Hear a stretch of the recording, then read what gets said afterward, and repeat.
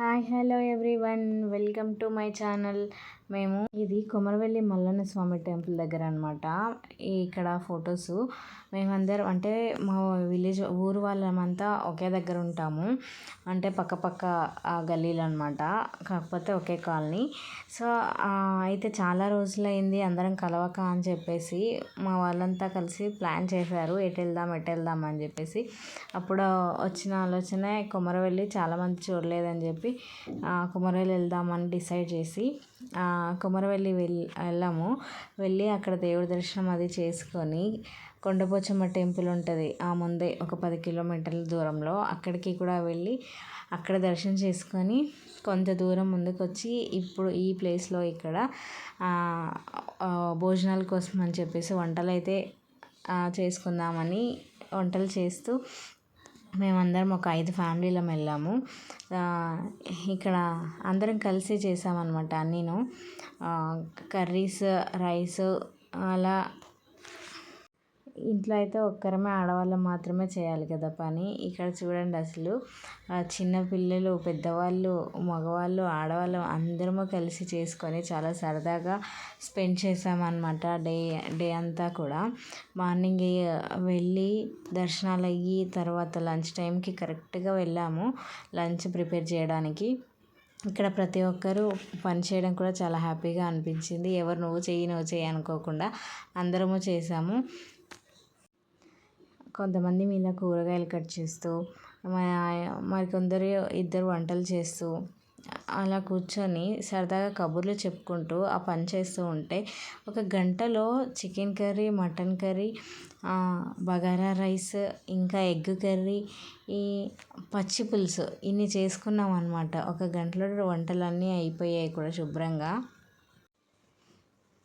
ఇలా మా బాబు కూడా చిన్నగా ఉన్నాడు, కానీ అంతా అసలు ఏ పనైనా చాలా చక్కగా చేస్తూ దైవభక్తితో ఉంటే అందరు చూసి బాగున్నాడు, అసలు అంత మంచి చక్కగా పని చేస్తున్నావురా నువ్వు అని చెప్పేసి మా బాబు రావడం. అంటే ఇంకా ఒక్కడే వచ్చాడు చిన్న బాబు, చిన్న పిల్లల్లో వాడు ఒక్కడే వచ్చాడు, చక్కగా పనిచేశాడు.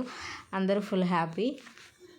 ఇప్పుడు ప్రస్తుతం ఉన్న కాలంలో అయితే బిజీ షెడ్యూల్లో బిజీ లైఫ్, అందరూ చాలా బిజీ అని చెప్పేసి గడుపుతూ ఉన్నవారు కనీసం ఇంట్లో ఎవరి కుటుంబంలో వాళ్ళ కుటుంబ సభ్యులతో కలవడానికి కూడా టైం లేకుండా అయిపోతుంది.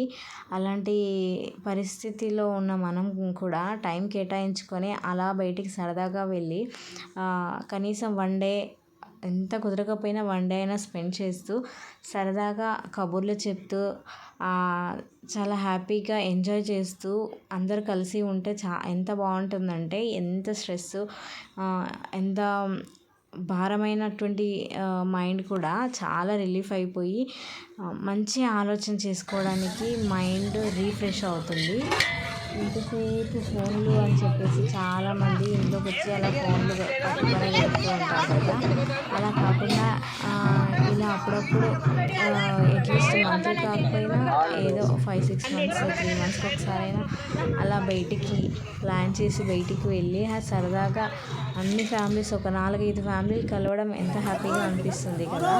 అందరం కలిసి వంట చేసుకొని తినడము, చెట్ల కింద ఎంత పచ్చటి వాతావరణంలో ఎంతో ఆహ్లాదకరంగా అనిపిస్తుంది. ఇలా మాకొక్కరికి ప్రతి ఒక్కరికి అలానే ఉంటుంది. ఇక్కడ ఇంకా బోనాలు అవి కూడా వెళ్తారు. ఇక్కడ వేరే వాళ్ళు చేస్తూ ఉంటే చిన్న క్లిప్ అయితే తీశాను నేను. సో ఫైనల్లీ మా వాళ్ళంతా వంటలు అయిపోయాయి అని చెప్పాను కదా, ఇంకా మా వాళ్ళు వచ్చారు భోజనం చేయడానికి. భోజనం చేయడం కూడా ఓన్లీ జెంట్స్ ఒకసారి, లేడీస్ ఒకసారి అలా కాకుండా అందరము ఒకేసారి కూర్చొని తినడం ఎంత బాగుంటుంది.